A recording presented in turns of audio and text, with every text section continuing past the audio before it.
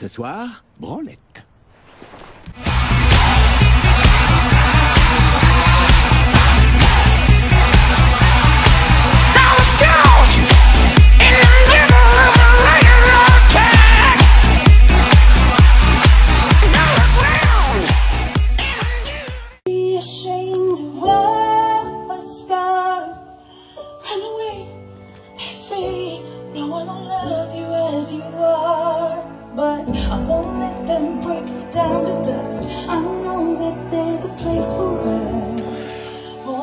Bonjour à toutes, bonjour à tous, petite vidéo achat cash et autres, avec un très petit retour vide-grenier. Alors déjà avant de commencer cette vidéo, je tenais à vous remercier vraiment du fond du cœur, hein, tous les gens qui ont rendu aussi hommage à Maya et donc à ma dernière vidéo. Hein. J'ai été très touché par les messages, ça m'a fait beaucoup de bien. J'ai vu à qui étaient mes abonnés et franchement ça m'a fait vraiment plaisir quoi, de voir que l'humanité existait toujours et que voilà. Bon bref, je vais pas m'étendre sur le sujet davantage. Il y aura un petit truc à la fin de ma vidéo, donc essayez de ne pas le zapper juste après la présentation des films. Un petit indice pour quelque chose qui s'est passé et qui aura peut-être une résurgence dans mes vidéos, on verra. Donc, vous verrez. Petite surprise à la fin. Je vais commencer déjà par un achat qui a été présenté par plusieurs d'entre vous. Hein. C'est le steelbook de Black Panther, hein, donc l'édition Ultra HD 4K. Par rapport à la surprise de fin, justement de vidéo, bah bon, l'achat de l'équipement va être remis un petit peu, vous comprendrez. Bon, toujours est-il que voilà, j'ai acheté cette version hein, que j'avais précommandée déjà depuis un petit moment. Je crois même le jour même ou le lendemain où j'avais vu Black Panther, parce que c'est vraiment un film que j'ai beaucoup aimé. Édition très sympa. Il n'y a rien à dire, ça aurait mérité un petit peu d'embossage ou de débossage, mais bon, ça, ils ont du mal à comprendre que ça fait énormément sur un steelbook, le relief, que ce soit un bord cadre ou effectivement embossage, débossage, et ensuite le titre sur le côté, ça me semble aussi indispensable, qu'ils arrêtent de nous claquer toutes ces photos, voilà, perso, j'aime pas trop, je préfère un titre un peu, je crois que c'est l'édition Zavi qui avait présenté Steelbook Paradise, hein, entre autres, où il y a le titre sur le côté. Voilà. Ensuite, donc, je vais vous montrer tout de suite ce que j'ai trouvé. J'ai fait 3 vides-greniers ce matin. 3. Dont un de 500 exposants, un de 150 et un de 100. Au dernier que j'ai fait, j'ai pris un film. Voilà, c'est tout. Pourtant, il y en avait, hein. Il y avait plein de trucs, hein.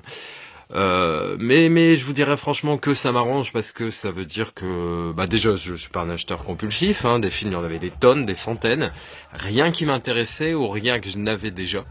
Donc voilà quoi, aucun intérêt d'acheter pour acheter et puis des films qui me donnent pas du tout envie. Alors, le seul film que j'ai pris, c'est le Men at Work avec Charlie Sheen et Emilio Estevez. J'avais jamais entendu parler de ce film. J'adore Charlie Sheen et Emilio Estevez. Emilio Estevez, il y a eu une très très grande période où je l'adorais dans Young Guns, hein, notamment. Un film aussi que je cherche, je sais pas si vous le connaissez, si vous avez déjà vu, c'est, il me semble, La Nuit du Jugement. Donc voilà, en gros, il y a eu la période que j'ai beaucoup aimé avec lui. Charlie Sheen aussi également. Et là, donc, ce film, je connaissais pas. J'ai regardé un peu l'histoire. Ça m'a semblé bien sympa. Comédie US assez classique, fin des années 80, ouais, voilà, 90. Et j'ai regardé les critiques vite fait sur mon téléphone et la note attribuée ainsi que le prix, hein, parce que là, il était toujours sur le blister. Et voilà, j'ai donc acheté ce film. Un seul achat, 1 € sur 3 vides-greniers. Moi, je dis chapeau. Ensuite, je vais vous présenter, alors... un premier Blu-ray, celui d'Imperium, avec Daniel Radcliffe, un flic qui s'infiltre dans le milieu, on va dire néo-nazi. Il y a eu pas mal de films un peu dans ce genre-là. Hein. Il y a une certaine période, American History X, le milieu du hooliganisme et tout ça, qui sont finalement assez proches. Et celui-là, on m'en a dit du bien, donc bah, je me ferai à l'idée. Hein. En gros, le flic qui doit savoir si, il va être un peu tiraillé entre deux choses. Imperium. C'était dans une offre à Auchan, je crois, c'était deux Blu-ray ou au Furet à 2 Blu-ray pour 20 €, voilà, c'est ça. Et je ne sais plus avec quoi je l'avais acheté, je ne sais plus. Ensuite, ça, j'avais trouvé Anoz. Alors, je l'avais vu une première fois, je m'avais dit, ouais, je sais pas, ça m'a pas l'air... Enfin, voilà, je vous dis, ça me disait trop rien, en gros. Et je crois que c'est Kemsu qui l'a présenté dans une de ses vidéos. Et il en disait du bien. Donc je me suis renseigné davantage et effectivement les critiques étaient plutôt bonnes, comme un bon film d'action. Donc quand je l'ai revu au Nose, je pense à 2,99 maxi, je l'ai pris. Donc ouais, ça m'a pas l'air si naze que ça en fait. Parce que bon, il y a beaucoup de déchets dans ce genre de film, hein, mais là ça m'a l'air pas mal. Ensuite, un de mes meilleurs potes me dit... c'est même lui qui m'avait offert, d'ailleurs, j'y repense, la batte de Negan, hein, que j'ai. Il m'a dit donc la semaine dernière, il me dit, tu l'as la saison 7 de Walking Dead? Bah je dis non, pour l'instant j'ai jusqu'à la 6, j'attends que ça baisse un peu pour acheter la 7 et la 8 qui doit pas être encore sortie. Et il me dit, t'embête pas, l'achète pas, j'ai fait une connerie, j'étais persuadé de pas l'avoir, mais par lui, pareil, il a beaucoup de films. Et je l'ai commandé alors que je l'avais déjà, donc il me l'a donné. Donc voilà, 9, Walking Dead, saison 7, nickel. J'ai les 6 saisons en Blu-ray, celle-là en DVD, ça m'ira très bien. On sait ce que c'est en train de devenir Walking Dead, hein, c'est plus, voilà, je suis un peu... déçu, on va dire. Les rumeurs avec Rick Grimes me font un peu flipper. Content d'avoir chopé cette saison 7 avec des épisodes quand même qui sont limite cultes. Hein. Les 2 premiers épisodes de la saison 7 sont quand même assez incroyables. Ensuite, pour ma filmo, Richard Gere. Donc un film que je connaissais pas, faussaire, menteur, arnaqueur, tricheur, imposteur, escroc. Un homme en somme. Donc, je crois que tout est un peu dit sur cette affiche. Là, je l'ai pris pour les 2 raisons que sont la distribution et on va dire l'histoire, ce dont ça parle. Donc toujours un film avec Richard Gere et avec cette fois Hilary Swank, $1 Million Baby, etc. Donc c'est déjà 2 acteurs que j'aime beaucoup. À l'arrière, je vois qu'il y a aussi Ewan McGregor. Donc moderne, intelligente et indépendante, Amelia est une femme en avance sur son temps, passionnée par l'aviation. Elle désire plus que tout s'imposer dans cet univers réservé aux élites en bousculant les stéréotypes dictés par son époque. Elle décide alors de se lancer dans le plus fou des défis, un vol en solitaire autour du monde. Jusqu'où Amelia ira-t-elle pour réaliser ses rêves et entrer dans l'histoire? Voilà, je l'avais chopé aussi à Nose. Alors on continue avec Hilary Swank. Cette fois-ci, Conviction, avec notamment aussi Sam Rockwell et Juliette Lewis. Donc Sam Rockwell qu'on voit là. Donc là, c'est une femme qui va vouloir libérer son frère de prison. Voilà. En gros, alors je sais pas s'il est coupable ou pas, toujours est-il que voilà, les films de procès comme ça, univers carcéral, procès, enquête, rebondissement, j'aime beaucoup. Et là, Hilary Swank, très très bien.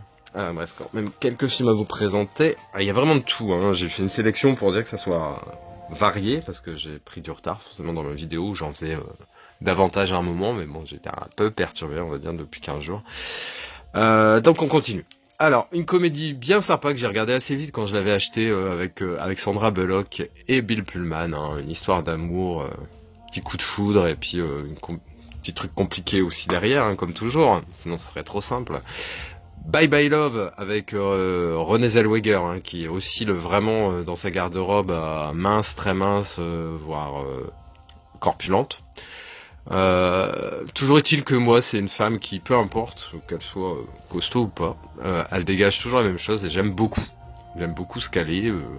J'adore l'image, notamment de Bridget Jones, de générique de départ, All By Myself, je crois, la chanson où elle est dans son canapé en pyjama, à picoler, à pleurer, à bouffer. Voilà, je trouve ça vraiment excellent.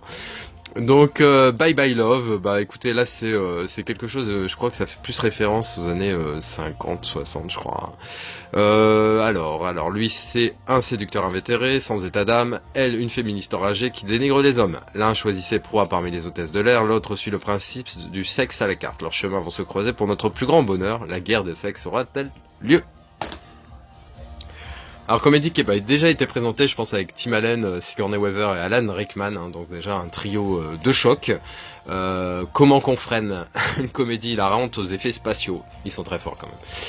Donc je vais pas vous lire le synopsis, en tout cas je vois que Sigourney Weaver a été pas mal, hein, plutôt pas mal.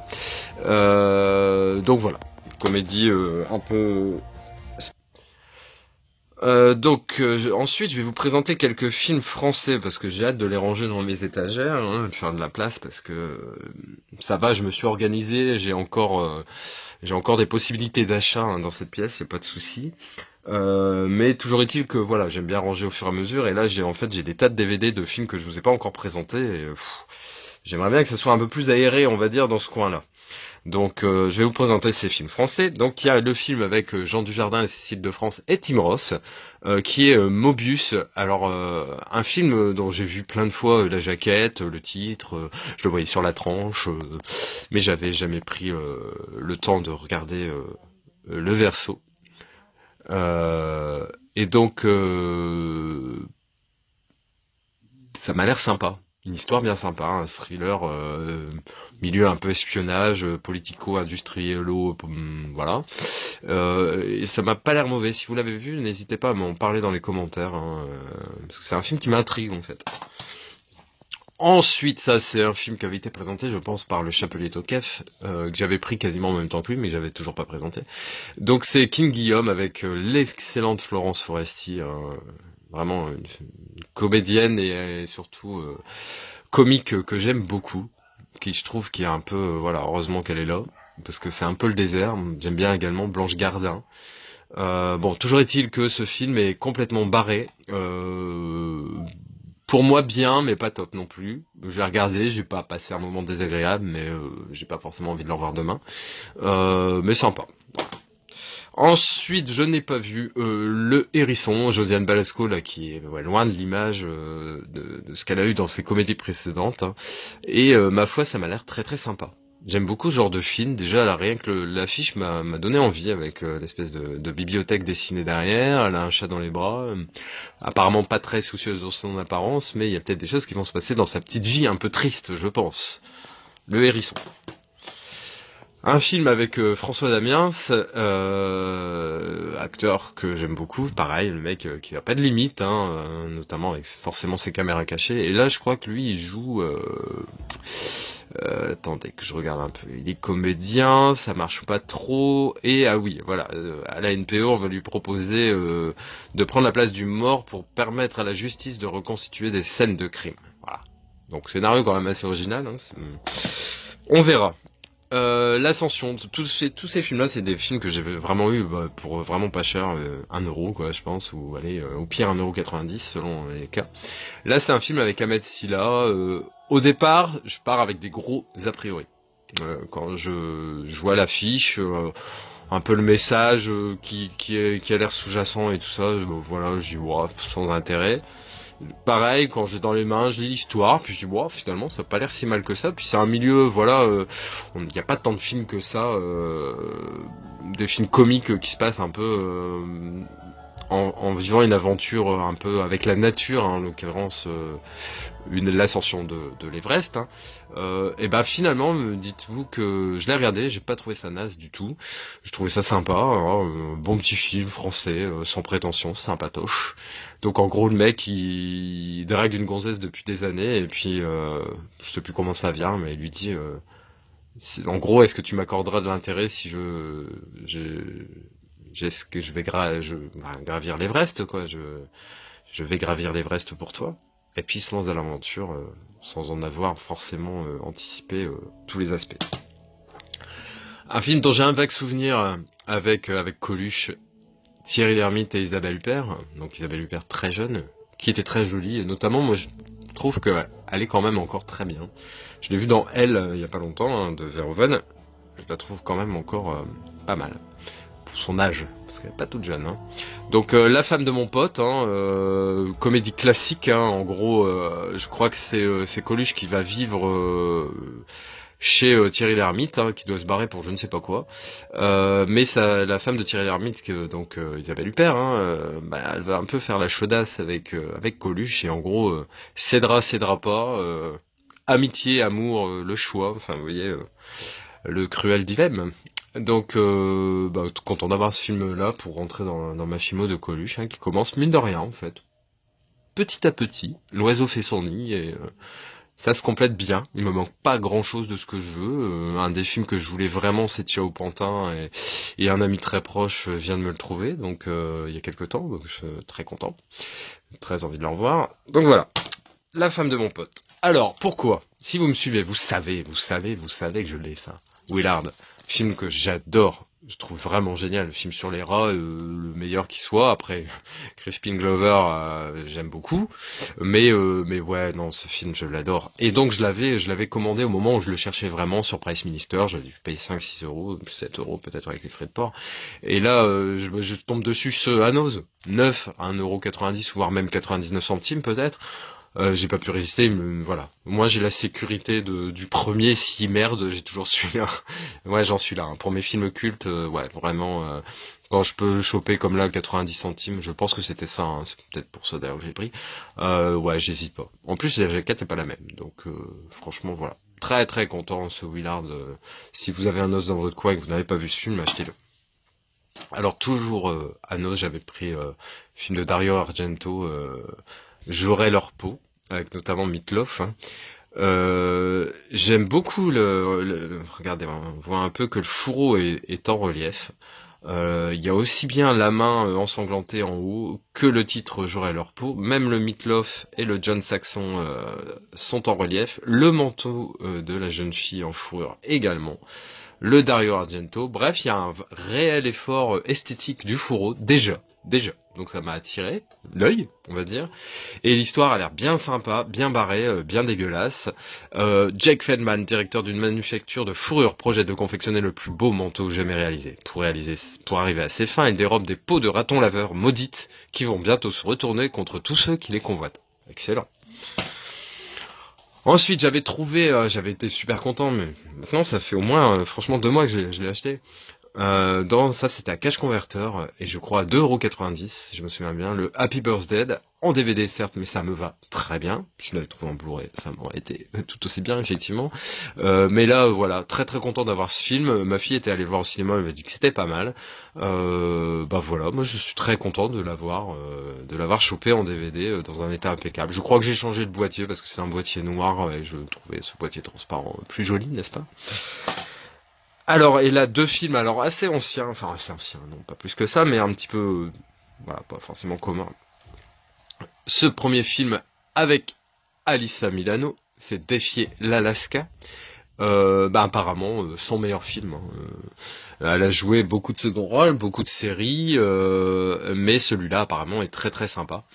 Donc, je vais vous lire vite fait le synopsis, hein, parce que ça m'a donné très envie. Et les critiques sont très bonnes. Enfin, j'ai eu que du positif sur ce film. Denise et Roger n'ont soif que d'aventures et de grands spectacles, lassés de la ville. Ils acceptent de prospecter une mine d'or abandonnée en Alaska.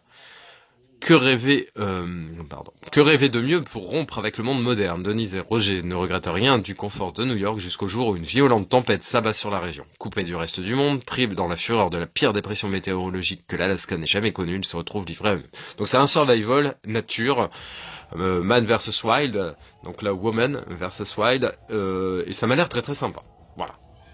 Et le dernier film, pourquoi il est un peu spécial, c'est parce que je n'ai pas honte, tout simplement, de vous présenter le film Dead or Alive, donc tiré forcément du jeu vidéo. Eh bien, oui, voilà, le film néernardesque par excellence, tout le monde dit que c'est de la grosse merde, etc. Figurez-vous que moi, je ne dirais pas ça. J'ai trouvé ça très plaisant, très divertissant. Attention, hein, c'est pas un film qui va changer votre vie. Une fois que vous allez l'avoir vu, se dire ah ouais, c'est vrai, mais je pense que le réalisateur a voulu dire que je devrais peut-être faire ça dans ma vie future. Non, là c'est pas ça du tout. Hein, on regarde des belles gonzesses qui se battent avec des belles musiques en gros. Voilà, c'est très primaire, très basique. très masculin, c'est mon côté là c'est juste ça fait intervenir ma sécrétion de testostérone, mais ça s'arrête là. L'actrice qui joue notamment l'espèce de catcheuse, alors je sais pas laquelle, enfin le nom de cette actrice, hein, j'avais regardé d'autres photos d'elle parce que franchement je l'ai trouvée vraiment jolie, mais elle est très très bien, elle remplit son rôle parfaitement, elle se bat très bien, elle est très jolie, très sexy. Non franchement moi j'ai trouvé ça un spectacle, voilà. Je me sens pas coupable d'avoir aimé ce film. Enfin, d'avoir aimé, attention, on se comprend, hein.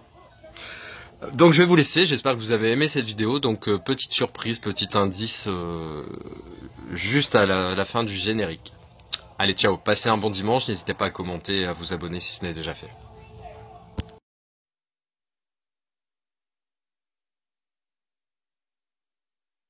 Lily, take another walk out of your fake world. Please put all the drugs out of your head. You see that you can breathe without no back.